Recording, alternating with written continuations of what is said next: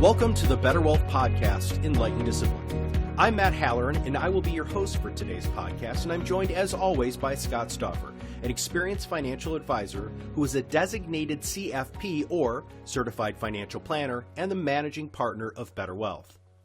This podcast is brought to you by Better Wealth, located in California's Silicon Valley, serving individual investors and companies from around the United States. Today's podcast is going to talk about saving towards your goals. The last podcast we had was actually writing the goals down.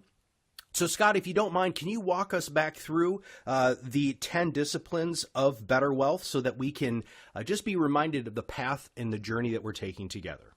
Sure, Matt. Thank you. You know, and these are also on the website. So if you go to betterwealth.us, there's a place where it talks about, the top 10 disciplines of better wealth, and you can download a little paper that we have there.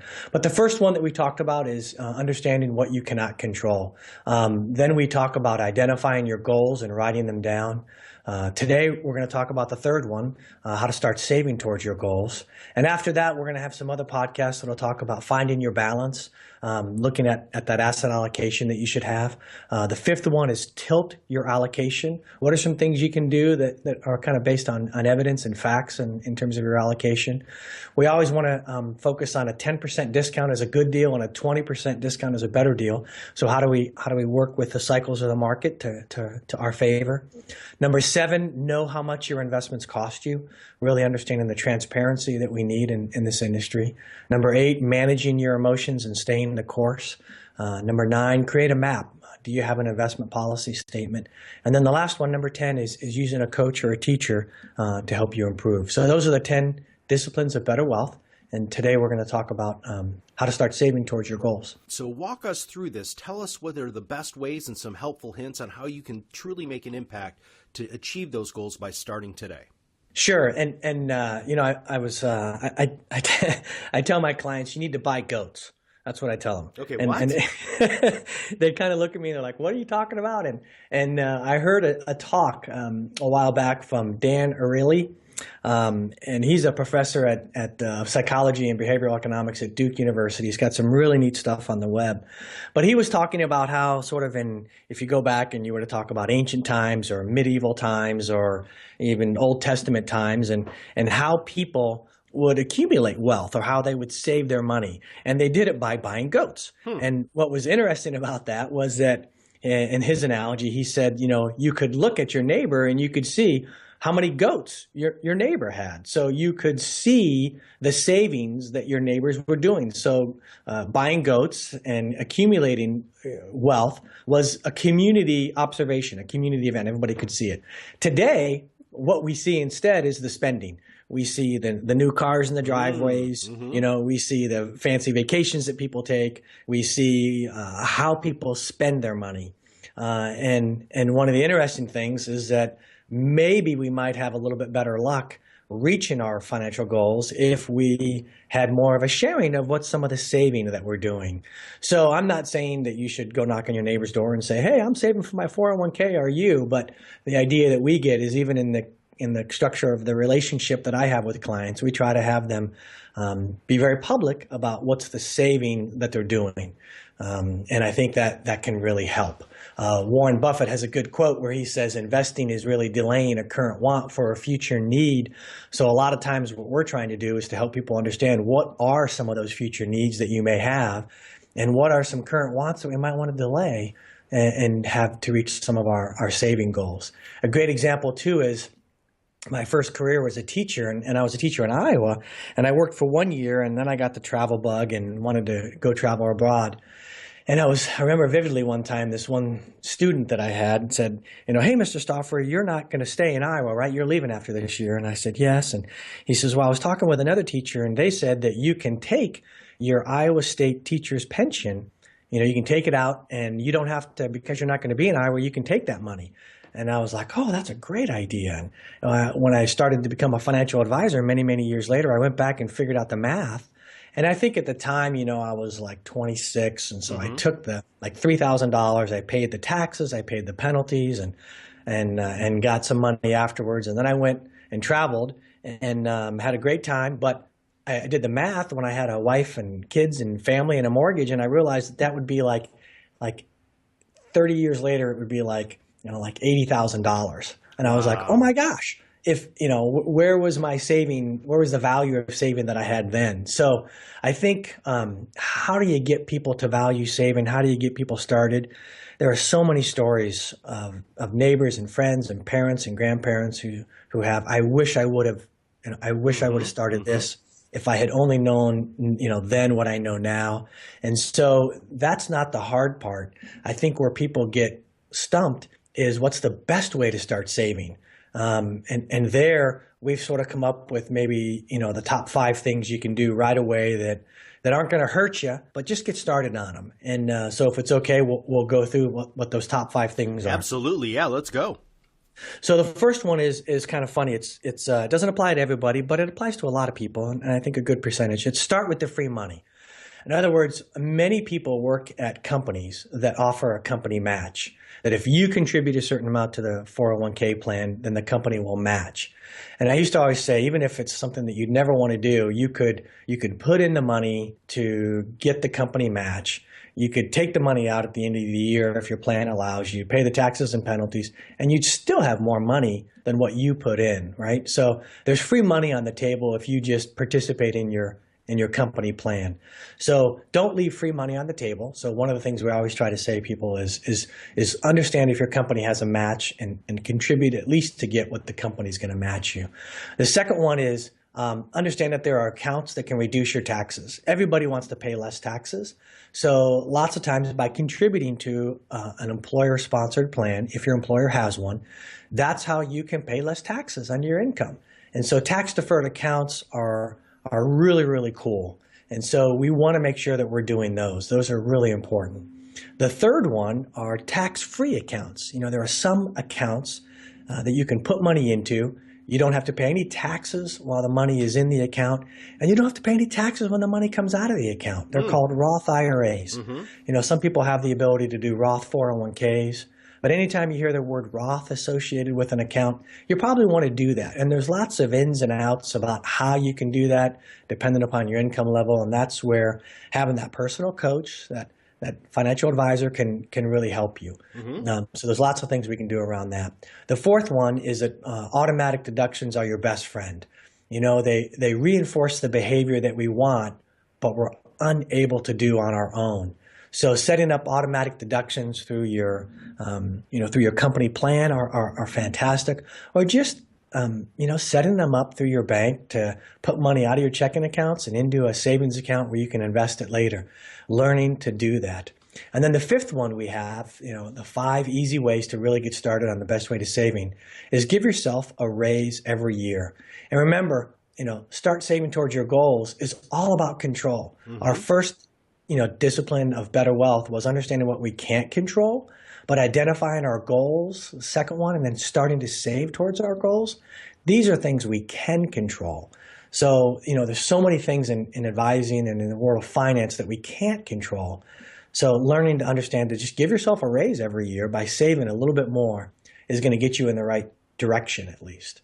So those are 5 things that I think anybody can walk away with this podcast and sort of say, do I have a company match? Am I getting my free money? Am I doing something that helps me reduce taxes? Am I looking at the ones that are tax-free? Am I doing it automatically? And am I giving myself a raise every year? If you're not, well then, get started on those things. Many people in America want it now, right? We've talked about this before, and I'm sure we're going to talk about it in future podcasts. And delaying gratification is really important. And I love that you were talking about Warren Buffett. Investing is a delayed current want for a future need. That's a brilliant quote. I'm really hoping the listeners write that down and keep that mindful. But the last thing that you said, I want to drill in on that just a little bit more, Scott, because as your income increases generally year over year, what I have found, and I'm sure our listeners have found too, is that people just upscale their lifestyle. So how do you, as my financial coach or my financial advisor, how do you make it so that I keep that in perspective? Yeah, that's really tough. When there's because you're starting to talk with people about spending too much or other things. And one of the things I try to point out, and it's somewhat scandalous, I think, for a financial advisor to say this, is that when people don't reach their financial goals, it's seldom, if ever, because of bad investment performance. Interesting. It just doesn't happen in an environment, I think, when you're working with a quality, certified financial planner, somebody like, Better Wealth or other firms. And I think it's because we're just not going to we understand what the pitfalls are, and we're going to stay away from those things.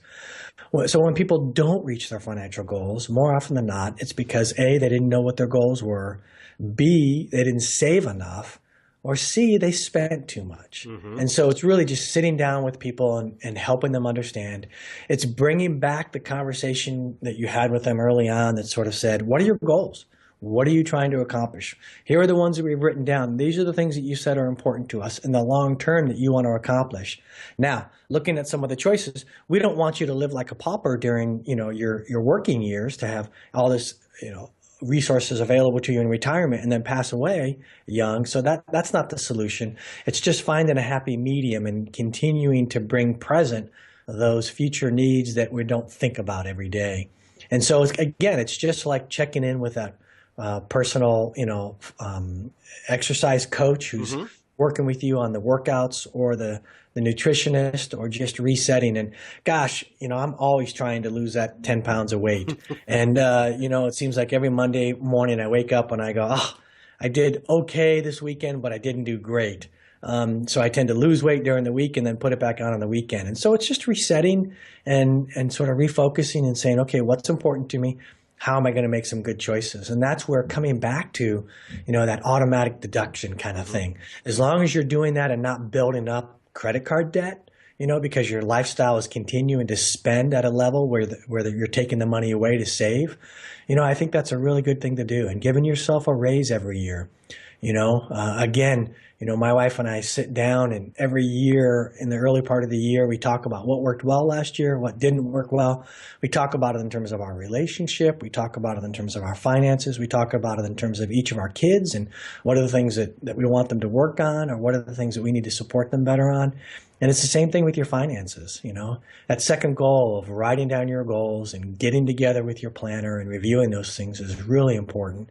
When I talked about starting to save towards your goals, I didn't want to get in and have people get stuck on, well, what kind of account should I do, or mm-hmm. how much, mm-hmm. and all these other kinds of things. I said, just get started, because if we wait and we wait and we wait, next thing you know, it's going to be 45 years old, and we're going to be like, oh yeah, I'm not going to work forever. What am I going to do around this, right? When we wish we would have started at 25, doing it a little bit. So it's starting those good habits younger. Well, how much should a person save? I mean, how do you figure that stuff out?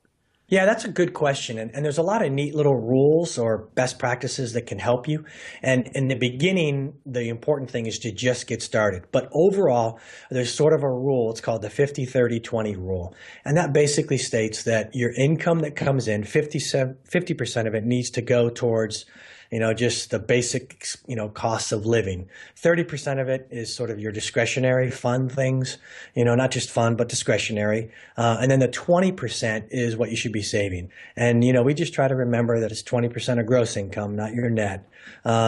But, the important thing here is whether you're doing 15% or whether you're doing 20 or whether you're doing 25, remember that just doing your retirement plan at work, if you have one, is not going to be enough. And so what I try to focus on is getting people started. So when people come in and they say they want to start saving, we don't want to wait 6 months before we do that until we understand all the different facets of their financial plan. We want to get them started right away. And so another rule is that there's a big, if you think maybe it's too late for you, it's not. The 5 years before you retire can be super impactful in terms of what happens in your retirement. So that doesn't mean don't wait until those years, but if people feel like they haven't done enough, mm-hmm. just know that it's never too late. And especially those 5 years when you see retirement on the horizon can be really impactful. So, just to answer the question directly, 20% of your gross income is generally a best practice in the industry. So you have talked about some of the vehicles that that are the best ways to start saving, but how do you help your clients save. So what does Scott do? What does Better Wealth do for me, the client, to help me start saving today? Yeah, and this is where we talk about our tagline, enlightened discipline. So the enlightenment is helping people understand what their goals are, where they're going to go. It's also educating people about what are the right accounts to use. It's continuing to meet with them and saying, hey, you just turned 50. Are you doing the catch-up contribution that you can do in your 401k, your 403b, or 457, whatever it may be? So it's really spending time with people to educate them and make them understand what some of the things that they should be doing. And then it's the discipline. It's having a plan. All of our clients have a detailed plan. We write it down for them. It's showing their progress along the way, and it's providing lots of positive encouragement and little rewards. Again, it's that I'm escaping his name right now, but it's the head coach of the St. Louis Cardinals who says that if you have a heartbeat, you need encouragement. Mm-hmm. And so it's tough out there for people, I think, in terms of looking at their neighbors and seeing what they have or other things. And so we just try to focus on the things that you can control with lots of positive encouragement and then showing progress. That's really important. Well, any closing remarks?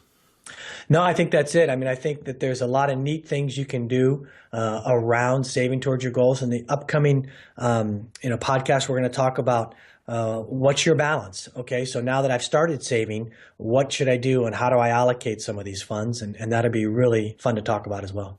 Well, as all of you can see and hear, one of the things that really does make Scott fundamentally different is his level of excitement around things that are really important to you for the long term. Saving, writing your goals down, and then having him keep you accountable to achieve those goals so that you can have the retirement that you're working so hard for. So that's it for today's Better Wealth podcast. I'm Matt Halloran for Scott Stauffer. Please make sure you follow us at betterwealth.us. And when you're ready to have an advisor who is focused on doing what works better for your success, Scott and his team are available to chat in person, on the phone, or on a video conference.